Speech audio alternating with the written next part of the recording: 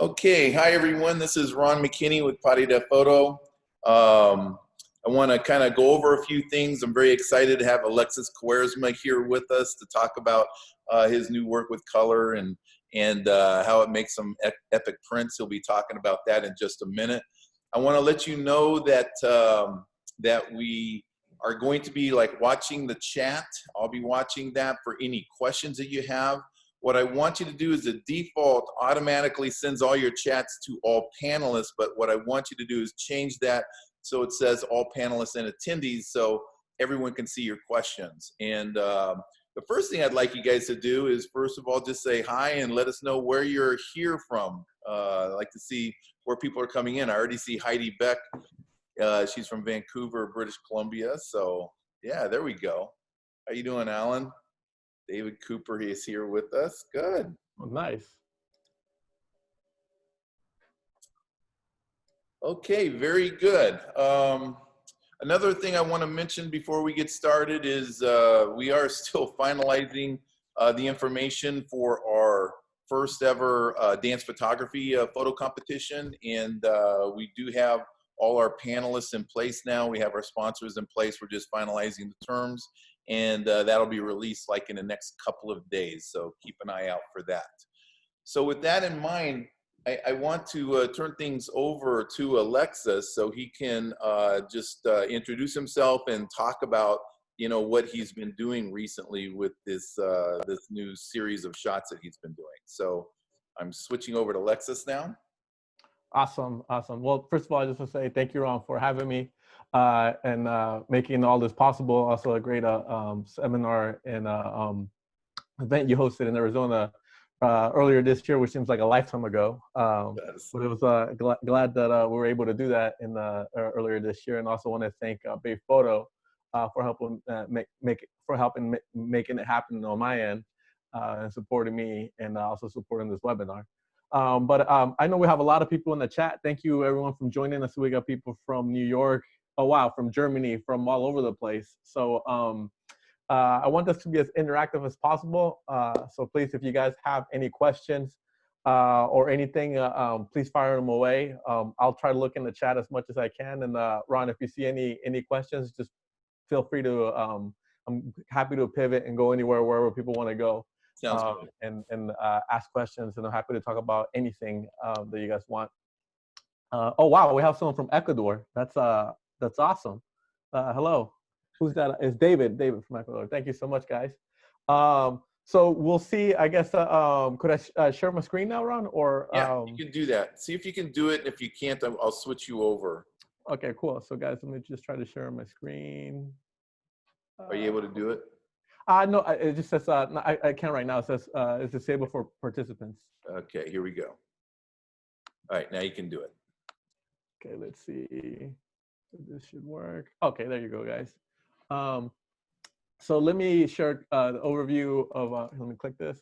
All right, hopefully you guys should be able to see my screen up on the board. If you could, I can't see the chat anymore because it's showing my screen, but I just want to make sure you guys could see the screen up. It should be my website. Yep. All right, so just a quick introduction to what I do. I'm an advertising and commercial photographer and director. This is the overview of my work. I photograph mainly athletes in fitness, and dancers fall right into that category. So the kind of overall view of this webinar is my approach to lighting and working with dancers and talent on set, and lighting, because lighting is a big thing that I love doing, and something that's a big part of my work if you look at it. The first real set kind of dancer that I photographed, or first serious dancer, I should say, I photographed was Christine Shevchenko, which you can see right here from American Ballet Theater. And she was in Los Angeles, and she had flown to Hong Kong. We got in touch, and I set up this personal shoot with her. We ended up shooting for 3 days for about, on average, I would say about 10 hours each day.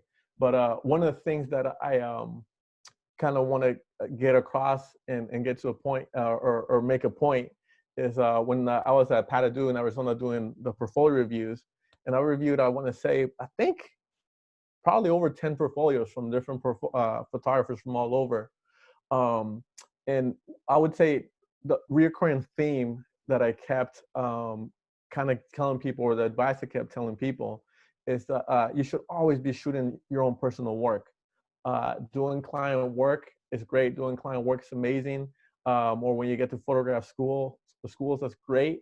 You know what I mean? It's a good amount of work and it's good money.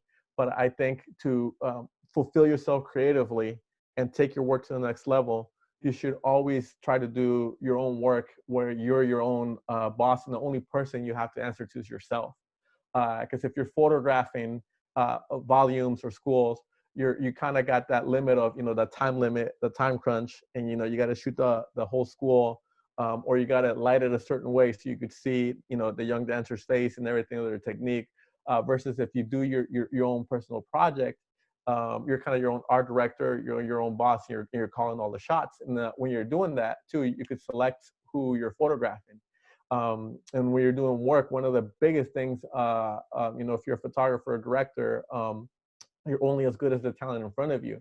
So when you get to select, you know, the person you're photographing with for a personal project that you're going to invest your own time and money in, you could select and you know, choose to work with someone that's extremely talented. Like in this case, I got, you know, to work with Christine Shevchenko, who's arguably one of the best, you know, ballerinas in the United States. And just the fact of having her alone in this project just brings my work to that level, you know, to a higher level. Because I'm not a dancer at all. I have no dance background or anything, or knew absolutely nothing about ballet. But you know, when you work with people who are more talented than you learn so much, and they bring your work up to the next level. Um, so this is the first shoot that I did with her, and the first And day that I did it was kind of just, yeah. Alexis, I just want to jump in. You know, like for you, with the level of work that you've been doing, you know, you've been published on Sports Illustrated like 6 or 7 times.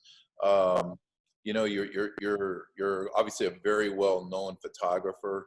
But for many of us who are following you right now, that, you know, we're not going to get someone like Christine to do our first dance shoot. But what I wanted to get across was, when you do something for personal work, you know, look for a dancer who's going to take your work to the next level. So be sure that even though you're not going to get Christine from the American Ballet Theater, you know, you want to get somebody who's really good in your area to come in and do that.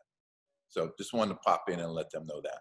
Oh no, definitely. And you know, another thing that a lot of people, you know, that say, or that another point I want to get across is that, you know, some people say, "Oh, you're so lucky, you know, you get to work with so and so, or you're at the level." I get rejected all the time, or I get shoots canceled on me all the time.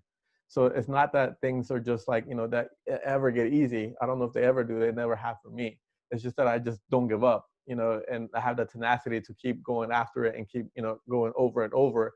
You know, and one of the things to be able to get, you know, someone talented like Christine, or you know, a soloist, or even if you could get someone that's in ballet but they're really hungry and they take it real serious, to get someone like that is everything. Is your presentation. If you meet with them, how do you show their work? You show it, you know, on your phone versus having like actual dedicated portfolio book. You know what I mean? That makes a huge difference and a huge impact on how the person takes you. You know, if you meet with them in person and you show them, you know, a book or individual prints of the work that you're trying to do, they're going to see that you take this serious. And no one takes you serious unless you've done something serious. You know, like showing the work, you know, printed or in a nice presentation, and coming with the ideas and everything. You know, even if you don't have the work like this, you could pull, you know, you could put a pitch deck together and articulate your idea on what you want to do with them. So that's always something that, you know, you need to take serious, even if, you know, if it's even though it's personal work, you know, you got to treat it almost like it's a client work, and treat it to that level. That's something that I always do. You know, when I meet with someone and when I do personal work like this, I always try to have either a phone meeting or like a FaceTime meeting, or if I can, meet with them in person first, just to see if the level of dedication is on the same level. So that's something that, you know, I think some people, you know, don't realize, or they just DM people on Instagram and just show work on their phone. You know, and if that's not working for you, I think you need to take kind of your level of, you know, recruiting, I almost want to say, to the next level, or take it real serious. and take your presentation serious, and show the person that you're vested in them and with your idea and what you want to do, because nobody is going to want to care or execute your idea or your project as much as you do, and no one should. So the idea is that you want to create that excitement and make it infectious. So when you reach out to a dancer, you reach out to someone, they see the potential in you, and they see the enthusiasm you have, and they're going to want to be on board with this.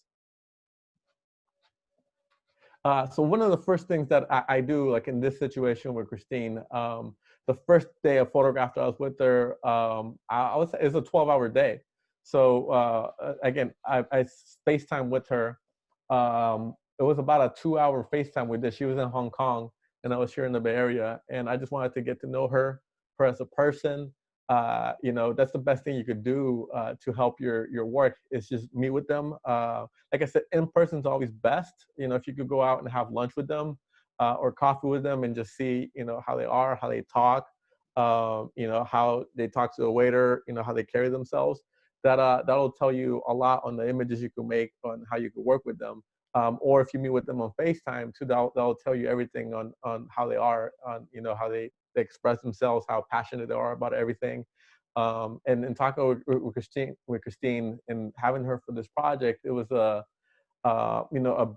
best of the best situation where she's fully dedicated to her craft. She was telling me how she practices 6, sometimes 7 days a week, how from the age of 6, she wanted to be a ballerina, and she was dedicated to it from such a young age. And finding rapport and connection with your subject, with your talent, it's always something that helps out. Like with Christine, I was able to connect with her because she immigrated from the Ukraine to the United States at the age of 6 with her mom, which is something that I did too as well. Not from the Ukraine, but from Nicaragua. But also at the age of 6 too, I came here with my mom to the United States. So that's something that we talked about and kind of, have a rapport and, a connection on that level. So that's why in my opinion, having that communication and establishing the rapport just helps build extra trust on top of the, the work that you have. If you have the body of work, and if you don't, it's something that you really, really need to do.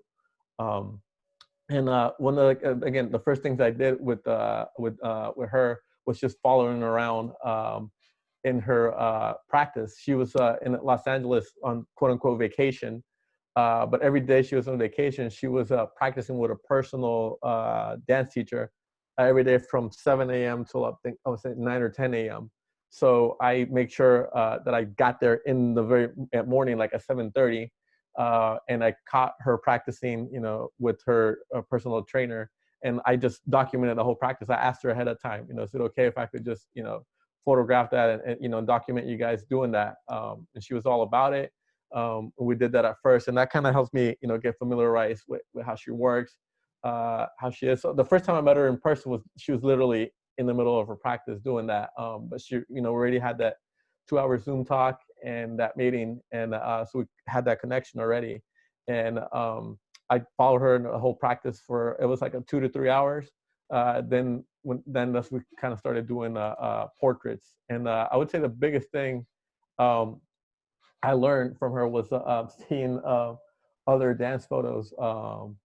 When I photograph dancers, it's one of the rare times where I'm shooting tethered all the time, and I'm letting them see. I get the lighting down and the composition down, and then I'm letting them see their technique, how they look. So, for example, this image right here, which seems real simple, this took about 45 minutes to shoot, just because of how her perfection and how she wanted everything to be done.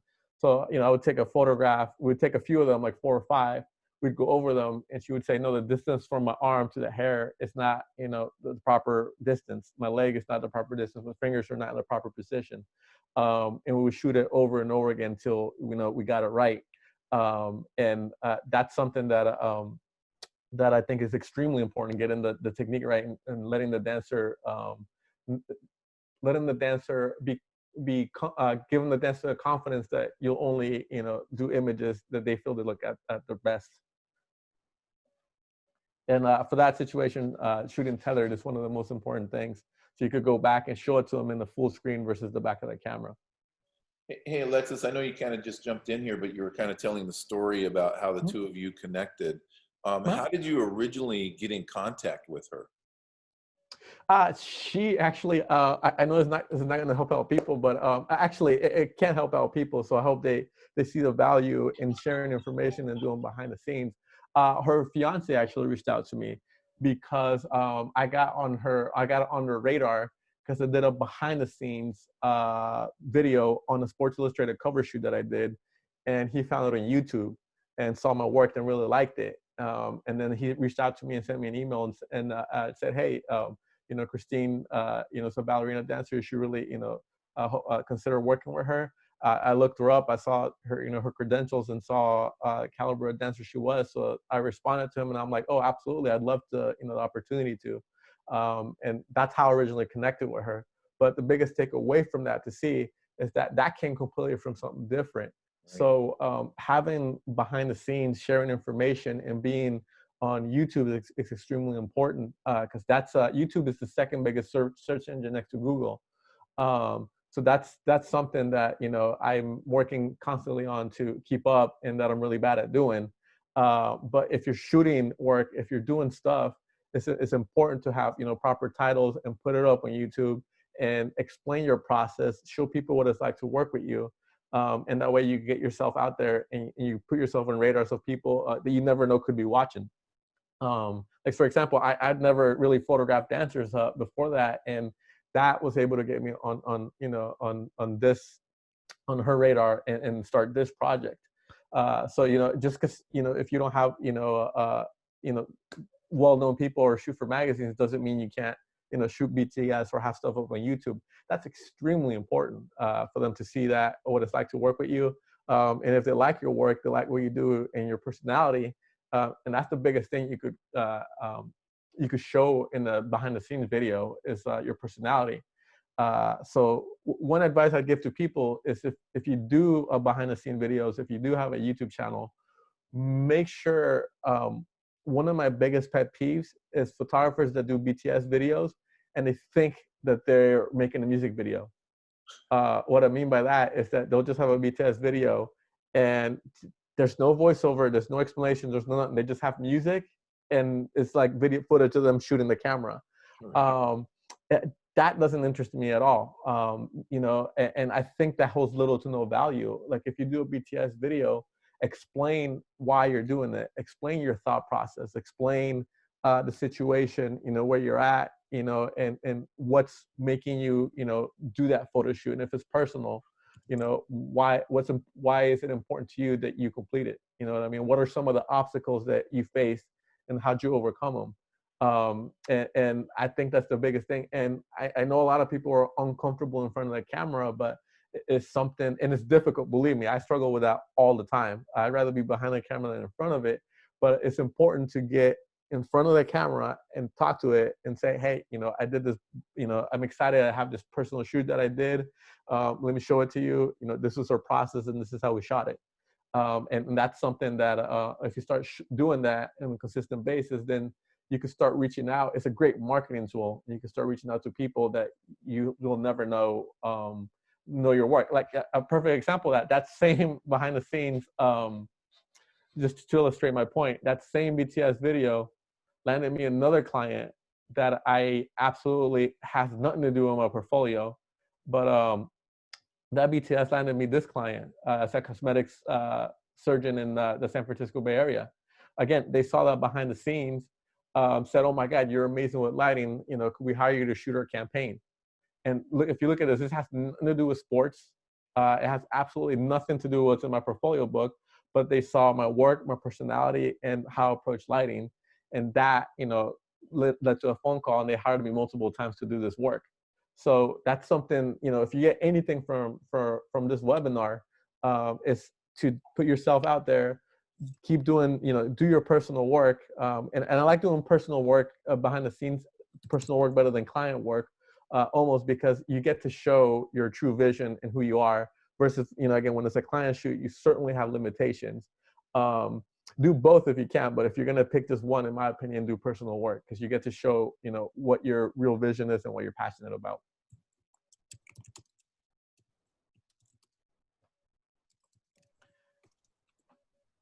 let me go back here.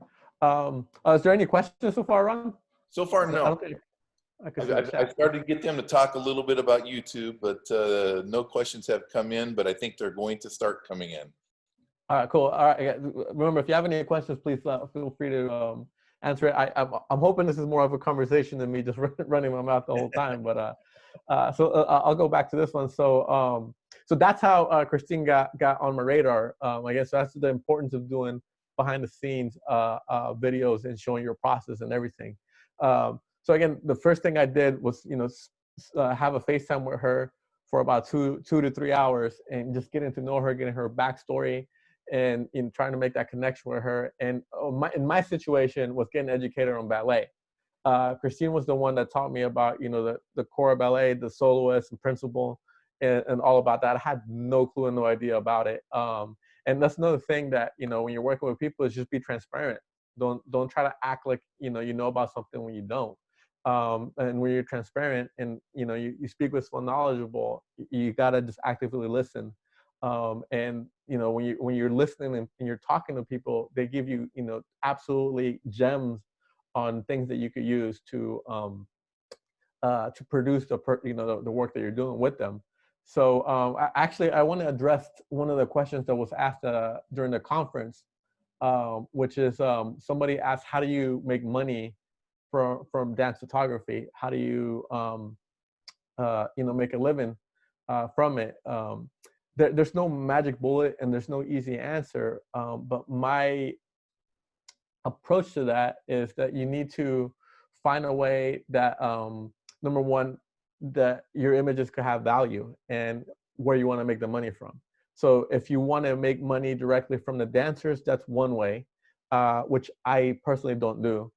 The way I try to approach the monetary version of it is to have value for the images and do it for a brand, and talk about kind of more of a concept of a theme. So what I did with Christine, if you look at on this body of work, so this is kind of more of the creative one, the colorful one. And if you look right here, this is kind of more of the commercial side to it, of appealing to brands. So dancers are athletes. And I wanted to photograph and show Christine in an athletic form. So we photographed her, and one of the outfits she had was completely all in the Nike outfit. So I could take these images and market them directly to Nike or any sports apparel brand and let them know what I could do with a dancer. And that way to give them ideas of things they could do for a campaign. And with her, I didn't just stop with with photographs. I did a short film, and that was one of the most important things I wanted to do with her, is do a short film, because I love directing too as well. So I'll kind of mute this and leave it playing in the background. But when I do a short film, I do multiple versions of it. I do a 30-second spot to show. Oh, sorry, let me mute this right here and just leave it playing there. I do a 30-second spot on purpose to show that it could be a 30-second commercial.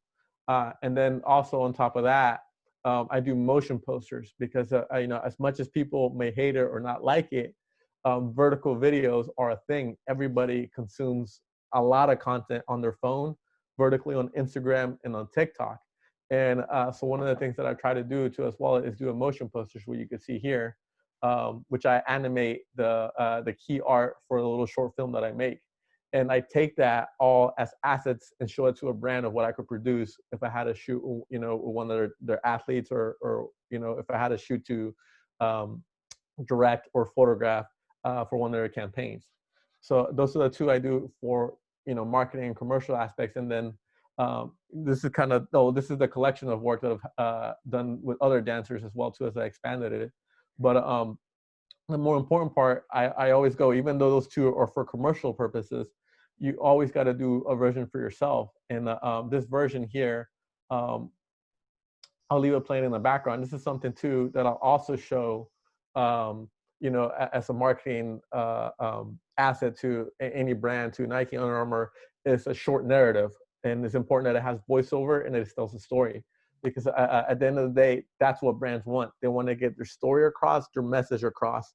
And if you could do that and, do it with their branding and what they represent, then you have hopefully the perfect storm where everything matches. They'll hire you to shoot a campaign with them and work with their talent. Okay, Alexis, let me jump in now. First of all, when you're doing this one here, the narrative one where you have the voiceover, is it Christine talking, or Yep. is it you talking about what you're doing?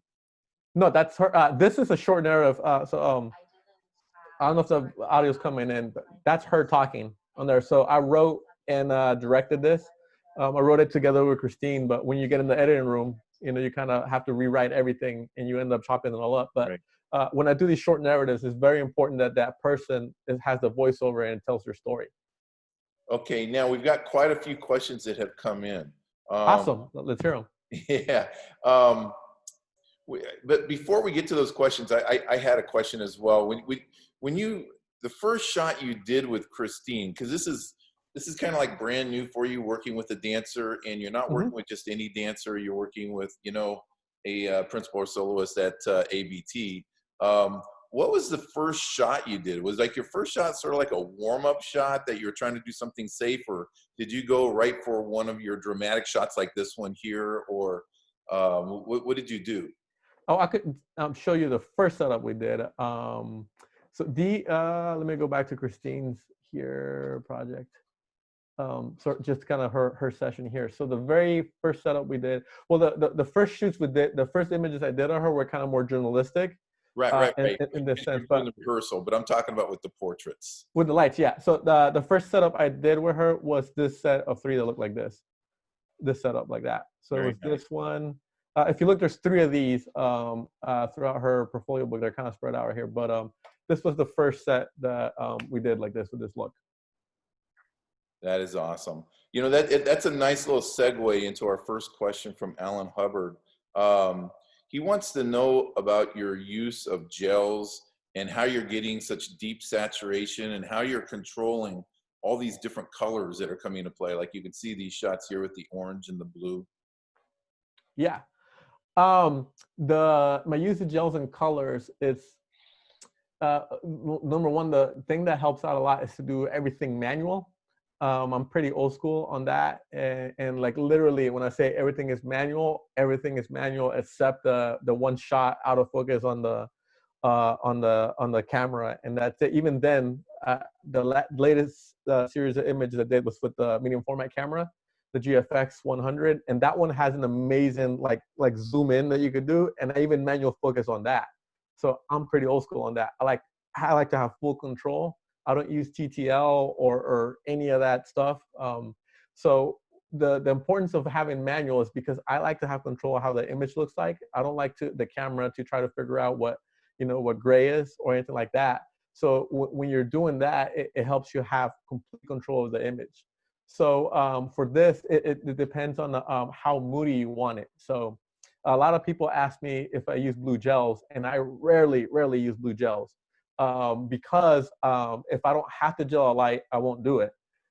So when I do this, like, I don't think I could put them up side by side, but like, for example, this image compared to this one, right? The blue is a lot less dramatic than the other ones, a lot less saturated. So that just depends on the Kelvin on how moody I want it. So for example, on this one, that's like really moody and blue, I'll set my white balance to as low as the camera could take it, which is 2500 Kelvin.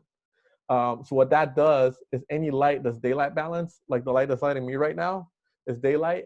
If you drop, which is a regular strobe, is about 5500 Kelvin.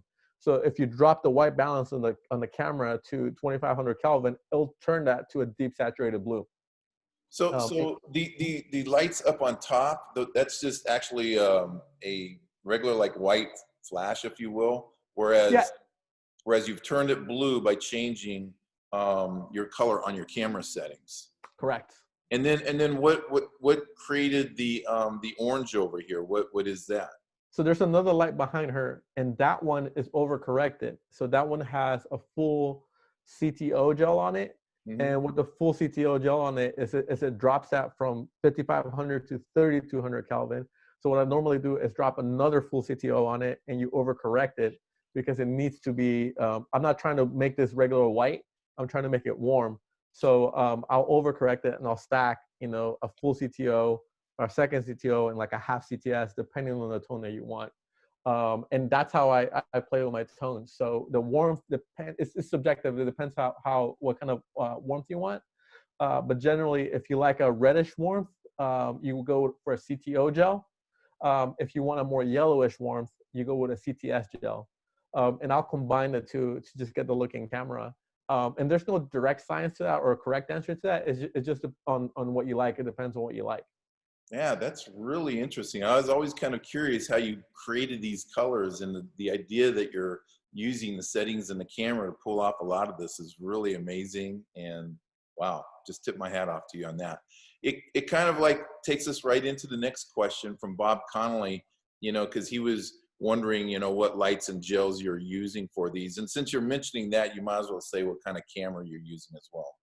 On these, I used my bread and butter camera. The one I usually use the most is the Canon 5DS. With do I have it here? I don't. I don't use a sexy lens at all. Usually with these cameras, I use the 24 to 105.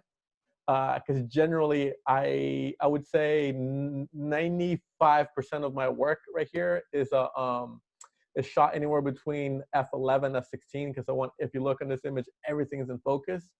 The only other work that I've done that was different was when I shot, that changed my shooting style a little bit, was shooting with a GFX 100. And that was because that camera has amazing manual focus, and you could zoom in real fast. And doing that with that camera, I found myself shooting wide open at 110 millimeters at f2 or f4 on medium format camera, which is rare for me.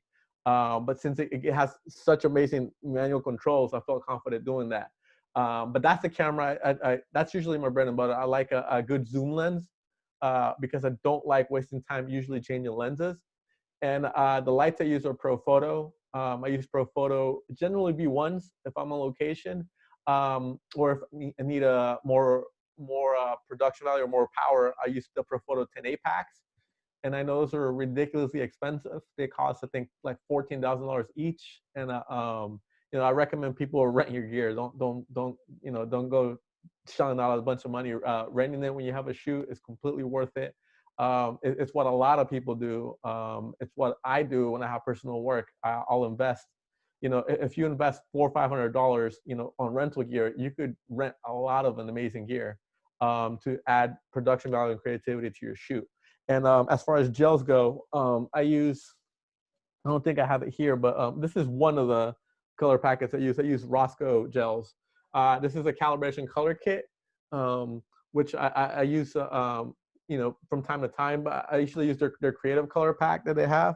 And then the other stuff that I use too as well is, let me see if I have it here, is their diffusion kit. So this one just gives you a lot more control on how you want to diffuse the light. So these are small. I think these are 12 by 12 inches, but also I have the bigger ones that are 24 by 24, the rolls. But that's one of my favorite things to do. If I were to say my favorite light, or if people want to just get one light or have just one modifier, if you're limited on a budget or just starting out, my favorite type of light is something like this. This is actually a continuous light. This is from Light in Motion. It is, if you could only afford one modifier or you want to be portable, is something like this. It's just a hard, punchy light. Let me see if this has any juice on it. This has a Fresnel lens on it, so this will focus the light. This actually has a tungsten head right now, because if you have this, you have a hard, punchy light, which you could use as a backlight and focus it. But the great thing with this, you could just bounce it off a wall, or through a diffusion like the Roscoe pack, or through a white sheet, or through a bed sheet or a shower curtain, and then that turns to a softbox. So to me, a hard, punchy light like this is extremely versatile versus something that's that's just big and or soft to begin with. So as far as lighting goes, that's my approach. Like, I'll take a hard, punchy light any day over just soft lighting. Because again, you could always diffuse a hard, punchy light, and you can't make like something that's big, like a light panel, something like that. You can't focus that and make it punchy. So that's something that I prefer when I shoot. If you're gonna tell me if I could only have one light, it would be just like a Profoto, B1 or 10A pack with a magnum reflector, or a zoom spot, because that could focus it in real well. And then if you need to soften it up, you could just bounce it. Very cool. Okay, we have another question asking, do you post the images you want or get approval from the client? And does it make any difference when it's a personal project? Yeah, it completely depends. Every situation is different. Like for example, with these, when I'm working with these dancers, we go over the images together. And I don't want to, one of the things I learned is being around other dancers or instructors is seeing what they see in an image.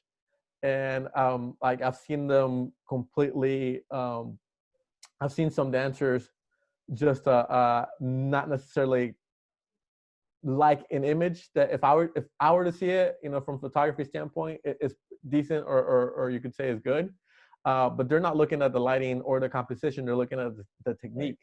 And I've seen a lot of dancers just cringe at like dance posters or other stuff where they go, I can't believe they actually even publish that.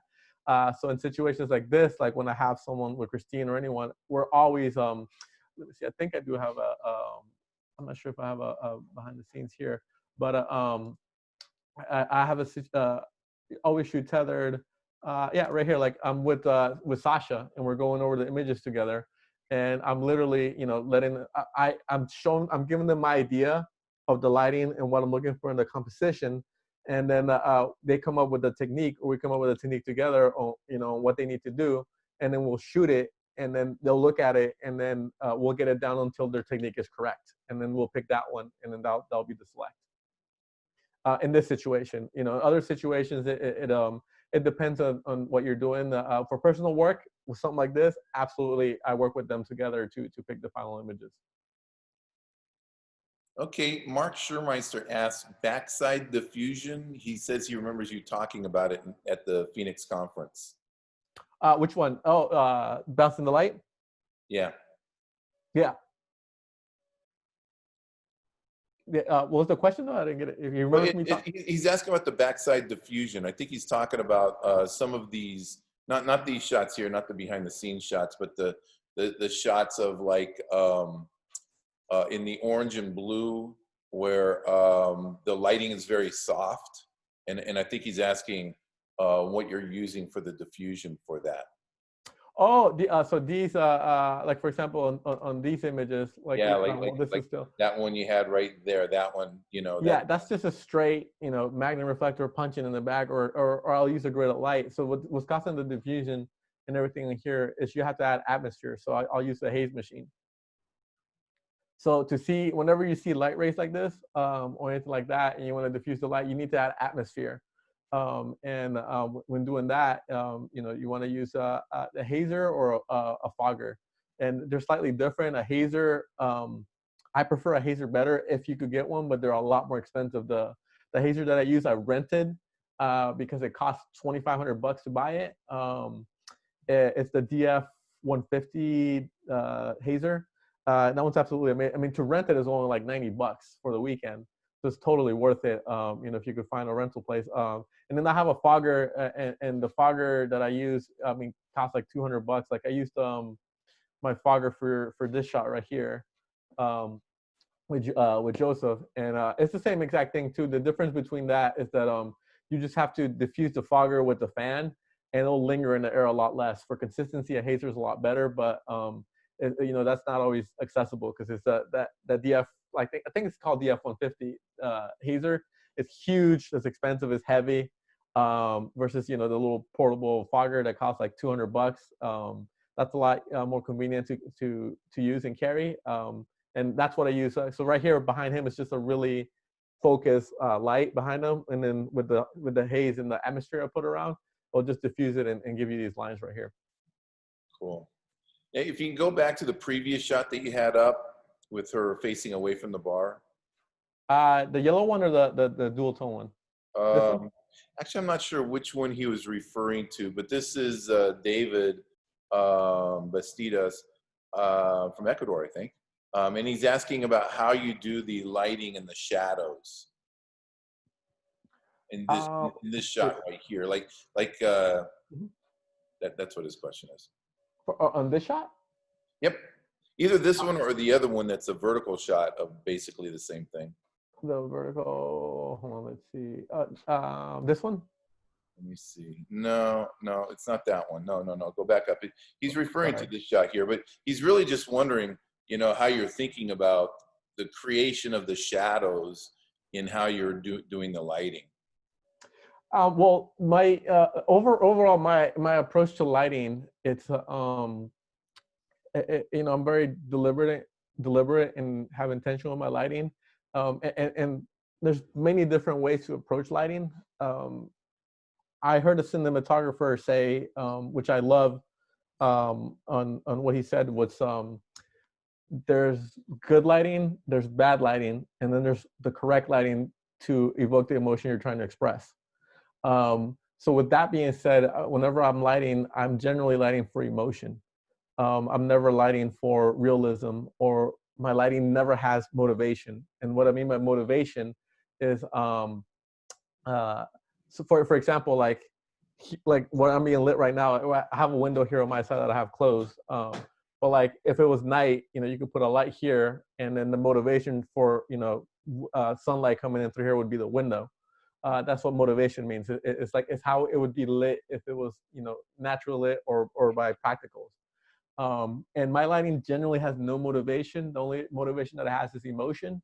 So like if you look at this image right here, depending on who you show it to, there's no reason why the heck there should be two colors indoors, and she's backlit twice and silhouetted indoors. You know what I mean? Mm-hmm. The emotion and feeling I was going for in this image was, just wanted to make it romantic, and I love the sunset. So I was going for that sunset look in here, and that's what I was going for in there, and kind of just giving it the sunset vibe and look on these images. So kind of like just destined for greatness was the project name I came up working with Christine, and that's the name that came to me after I spoke with her for 3 hours, because she said since the age of 6 she knew she wanted to be a ballerina, and she did everything she wanted she could to make it happen, and made it happen. So it just came to my mind, she was destined for greatness. And I just wanted to kind of romanticize and show the beauty of ballet and her doing that and the elegance.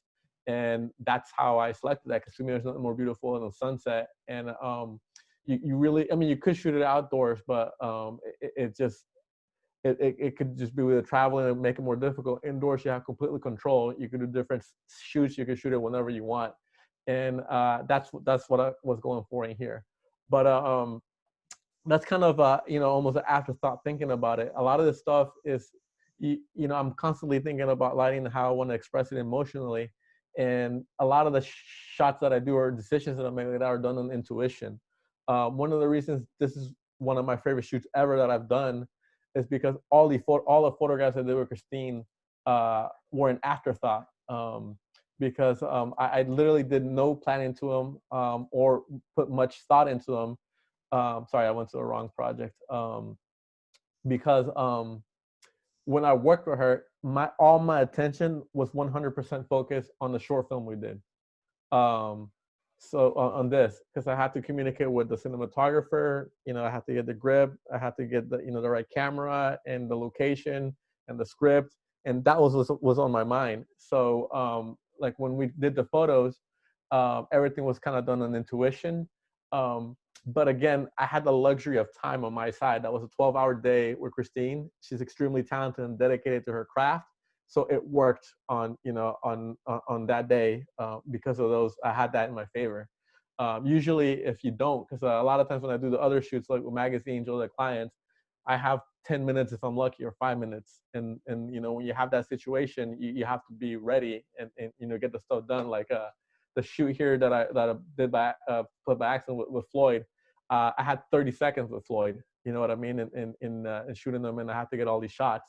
So like when you have that, you can't say, oh, I'm gonna do it on intuition or do an afterthought. You have to have everything planned out, everything aligned, and be a professional, and then boom, get it done. But the long-winded way to answer that question is how I decide on the shadows, or my lighting, or how I do everything. Generally comes up with the idea, or on it with the dancer, and I have a good idea and I have a game plan, but it's not written in stone. I if an idea comes up, or the talent gives me an idea, or the makeup artist or the stylist, like in this case for this image, the stylist picked out this dress. And one of the great things in having a team and working with a stylist is they'll bring up your production value. Like this is like, you know, I would never know, but this is like, I think he said like a $1,200 dress, right? As soon as I saw that dress, I immediately thought, okay, cool, I'm gonna shoot it black and white, and I'm gonna do harsh shadows and make it real graphic. And she was getting she put the dress on, and then she was getting the hair and makeup done. And then the makeup artist put this beautiful red lipstick on her. And that inspired me, okay, cool, let me not make it black and white, and let me keep it in color, you know, even though everything else is gonna be monochromatic. And that makeup artist, the stylist influenced it in the very beginning and gave me the idea to shoot it like this just by looking at that dress. The stylist or the hair and makeup artist made me, you know, keep it in color. And I showed the idea to Sasha, and I told her the idea that I wanted to do. And she's also a principal at SF Ballet.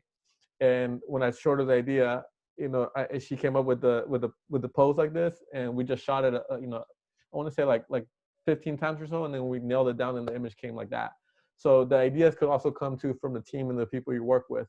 You almost, I want to say, sorry, I know I'm rambling a lot and talking a lot on this, but I almost want to say the reason why I love Christine's shoot so much, and that was my favorite, is because I had no preconceived ideas in going into it.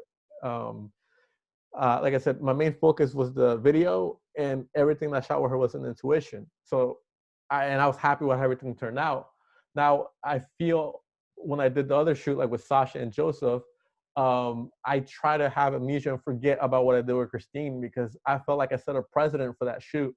And then after that shoot, and then I feel like I'm chasing that, which I hate doing that, because if you feel like you're chasing that, or you're trying to create X amount of work or replicate some work, you're not doing good work. You know, if you're imitating yourself, it's only going to look, you know, like half made work. So I try to come in with a fresh mind, fresh set of ideas, and be fluid in the day, and let the day influence me, let the talent influence me, and let the team that I surround myself with influence me and give me ideas.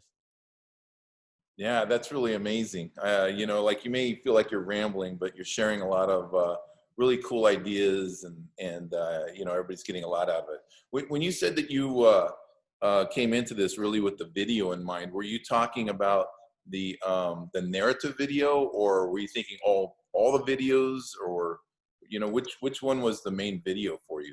With Christine, well, I did a short video with Sasha too, but that one is not done. But when I talk about the video, this short video that I did with Right. Christine, the narrative, and not the motion poster, I think it was the 3-minute video, Right. which is Okay. this one that I have called Destined for Greatness. So that one was my main focus on that, because creating any short film, it's an insane amount of work. It's a lot more work than photography.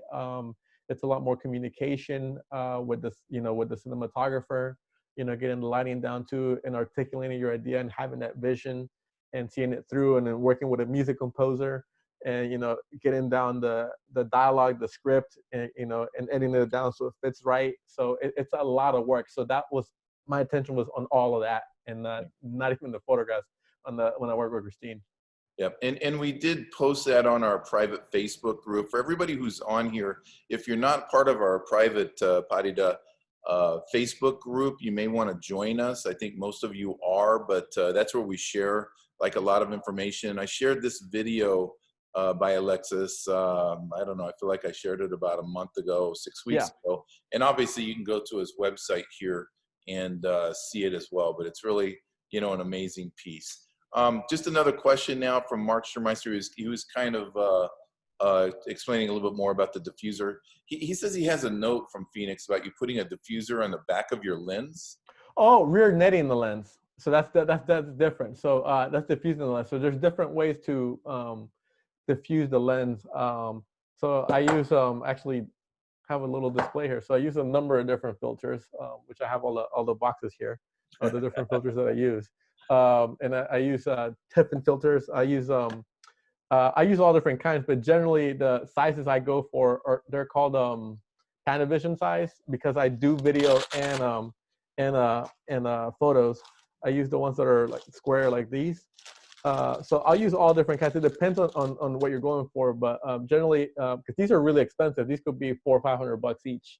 But the thing is, when you buy one of these and they're this size, it'll last you the rest of your career unless you break it. Because this could work with any size lens. You just buy a matte box or a filter holder, and you're set. You'll use it for any lens that you want. And what they do is it's just different forms of diffusion. So a perfect example of the rear netting of the lens is on this. I'll make it full screen. Hopefully it's muted. But if you look, I like doing everything in camera. So if you look here on the highlights on her shoulders, when the light it goes on, you'll see it diffuse, and it kind of has like right here, a little like spike to it, a little glow to it. That was done by rear netting the lens, which basically you take the lens. I don't think I have any here that are rear netted. Let's see. So you basically just take the lens and you add a net to it. I don't know if this is showing up, but and it's just takes practice doing it. And you use what's called a tape like this. It's called snot tape, and you put it around the lens. You're careful when not hitting the contacts. And every lens is different because depending on the focal length that you're using, on the results that you want. Let me escape out of here. On the results that you want, let's see.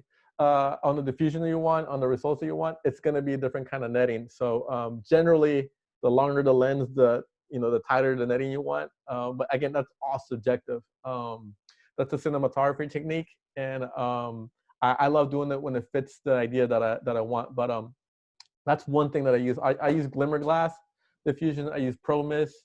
And I use rear netting, or I'll combine the two depending on the look that I want. But that's directly affected on how you're lighting it, on your focal length, on your camera too as well. Right. Like if you're using a crop sensor, you're gonna need less powerful diffusion. The bigger the sensor, like when I had the medium format GFX 100 on that one, I was using, generally I used a half Pro Mist on the crop camera. It's absolutely wonderful on the full frame. For my taste, a half or a 1 on the medium format camera. When I was using the half Pro Mist, it barely showed up because it has different optics and a bigger lens, so you'll need stronger diffusion. So on that, there's no one trick pony. There's no guideline to it. It's just, it depends on the focal length that you have, the camera that you have, and the final results that you want. I know that's not a direct answer, but like you'd have to do lighting tests and flare tests on your own to figure out what works for you and which netting works for you. Normally I use Thule fabric, and there's different kind of, I guess, strengths you could say, or different meshes that it has. But it'll be up to, again, your camera will affect it, your sensor size, and the lens focal length. So that's a kind of a whole thing. That could be kind of not necessarily a whole course, but that's like a whole thing that you could do to figure out on how you want your image to look. And on those images with Christine, none of those had diffusion. Just the video did. The video did. It had a rear netting.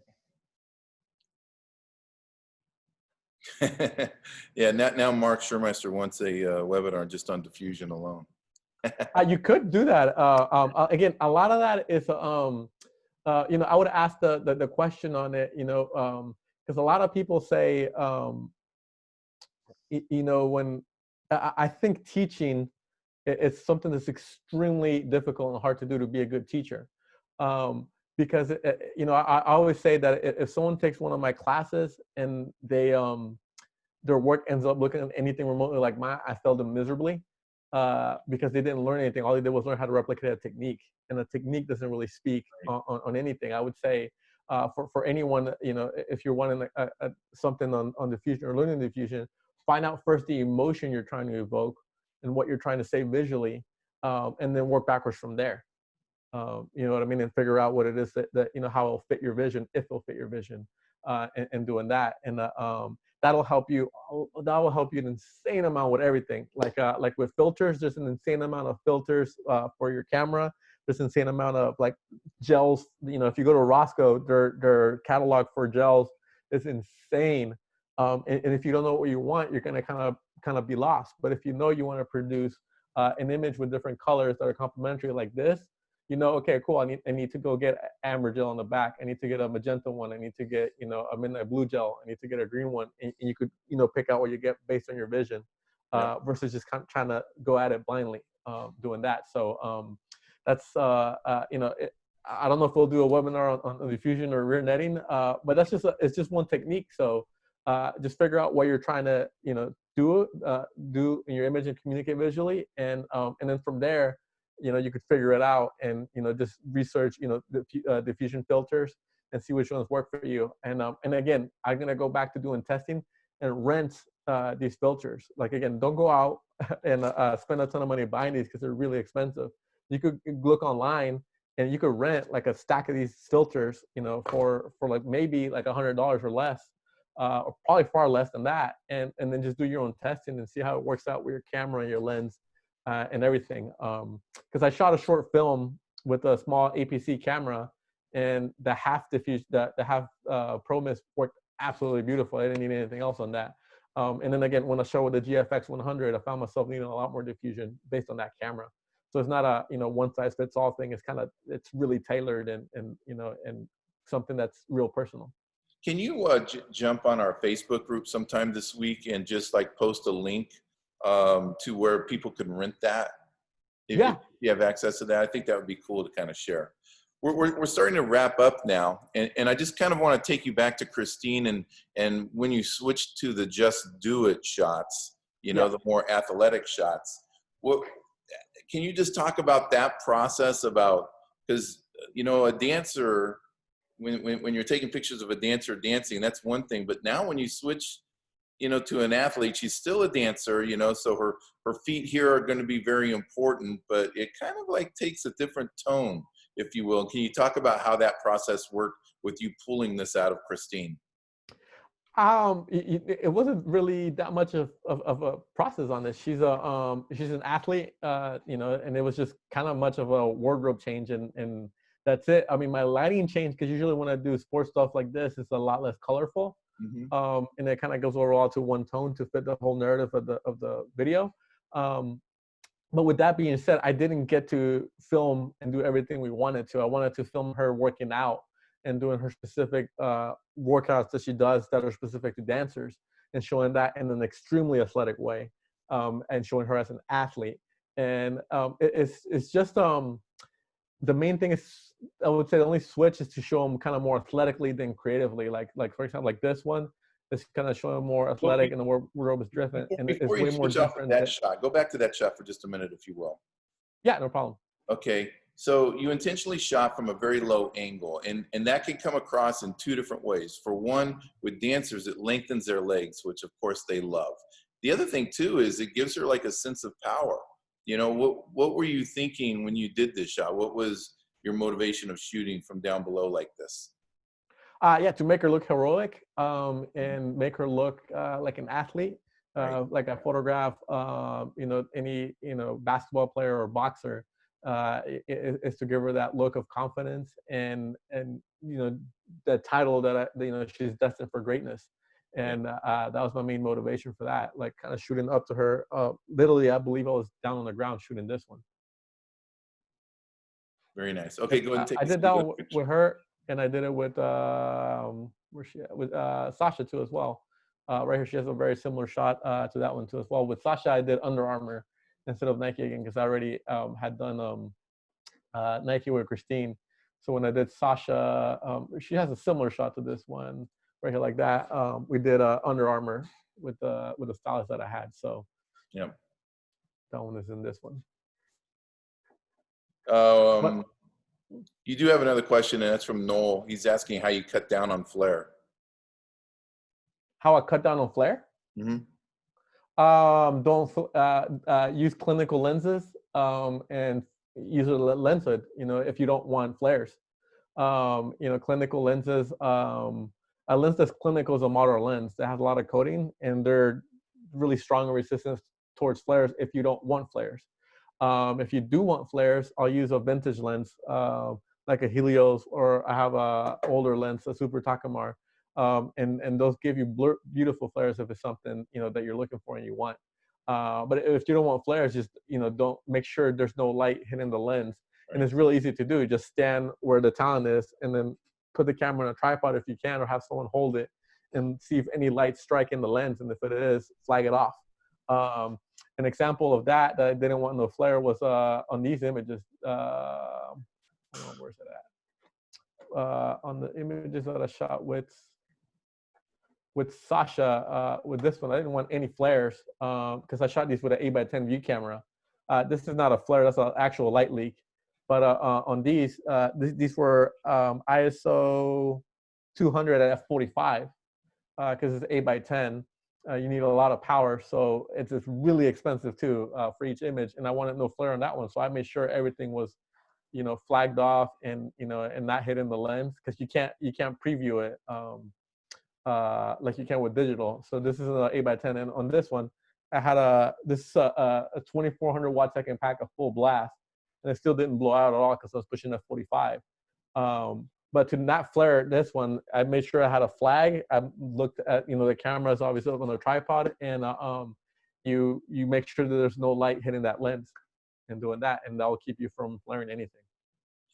All right. Well, we're kind of coming down to wrapping up. Is there anything else you want to talk about with these photo shoots? Yeah. Is this showing up? Is Bridge showing up with the new images? We see not Christine, but the other girl. Sasha, right? Sasha, yeah. And you see, okay, cool. You see, it's not my website, right? There you go. So I just wanted to share some of these. These are some of the images I shot last month to continue this project with Sasha. So I was combining more with this one, doing creative, trying to push myself creatively and do more work, and combining continuous lighting. I was combining the, I don't know where to put it, the Stella lights right here, these lights with strobes, and combining the two to get a, this blur effect and then something in focus.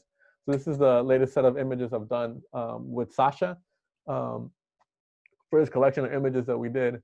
And again, that's something that we had to change and plan, because originally we were planning on shooting outdoors. Hey, Alexis, we're looking at the tight like headshot of Sasha from. Is that what you're trying to show us? If Oh you're no, showing something different, you need to change your share screen. There you go. Hold on. So let me see. Okay, now you. Oh, I got it. Hold on. Now. Yes, there we go. Yes. There you go. So sorry about that, guys. So there you go. So this is the latest images that I'm doing, and this is the one I was talking about, where I'm combining the continuous lighting and then strobe, and then and doing a kind of a longer shutter drag. Right. And anything that is hit by the video lights is going to be blurred, and anything that's hit by the strobes is frozen. So this is the latest series of images that I was doing with that I did with Sasha. And originally we were supposed to shoot outdoors, and I was extremely excited about that because I had a lot of ideas, but we couldn't because we had a lot of fires here in California, and the air quality was horrible. So when we did this shoot, we had to stay indoors. But I made the best of it. We made the absolute best of it, and got some images. But these are images I haven't released yet. I just have some of them in my stories and on Instagram, and I'm still working on this collection. But again, that's just something different that I'm doing with Sasha. Well, not necessarily different. It's been done before, but I haven't done it with this collection of images. And this is also a former dancer from SF Ballet who's a musician. But this is kind of what you could do. This is what you can do when you're combining the both video lights and continuous lighting with strobes and working through with color and gels. What's creating that movement on that shot right there? Is the light moving, or what is? No, so there's just two ways to do it. You can have the talent and subject move, or you can move the camera yourself. So on this one, the background is lit by a strobe, and then the top here where she's frozen is a strobe pointing right down at her with a blue gel, and then the lights hitting her right here on the side are continuous lighting. So if you move the camera like this, and you just outward motion, everything that's hit by the continuous lighting will come out blur like this. Wow. Which is the same exact thing on this one. Yeah. So it's just selectively controlling, where you're placing the continuous lighting, and then you either have the talent move, or you could move the camera with it. The thing that you have to do about this, I would say that's more of I don't want to say it's an advanced lighting technique, but the thing that could be tricky for some people is that you have to balance the strobes with the continuous lighting, so you get an even overall exposure when you're moving it like that. Because if they're not balanced, you'll either get something extremely overexposed or too dark. So that's the only thing that's a little bit tricky with this. But once you get the hang of that, or if you just meter the light, you just dial it in, come up with the ideas, and come up with the colors, and then just start shooting it. And then Yeah, Alexis, you may not want to say it's advanced lighting, but it's advanced lighting, okay? Sure. Yeah, I don't want to discourage anybody or make it seem like lighting is intimidated, because some people can get intimidated by lighting, and I don't think you shouldn't get intimidated by lighting. Just shoot, try. If you fail, no one cares. I have plenty of shoots that I've done that I don't show anything from it because it Right. didn't turn out like the way I wanted to. And every shoot that I do, I always learn something. And you should always be every shoot that I plan it so I'll fail and I'll do something that I've never done before. And because if you plan the shoot to fail, you know how far you could push yourself. If you never push yourself to failing, then you're always being conservative. You never know how far you could push things. Very good. So that's something you should never be afraid of. Yep. David Cooper is asking if this is 1/8 of a second. It depends. I think it was 1/8 or 1/4, around there. Okay. Any final things you want to share? No, I mean, if anyone has any questions, feel free to reach out to me or post in the group. Thank you everyone for joining in.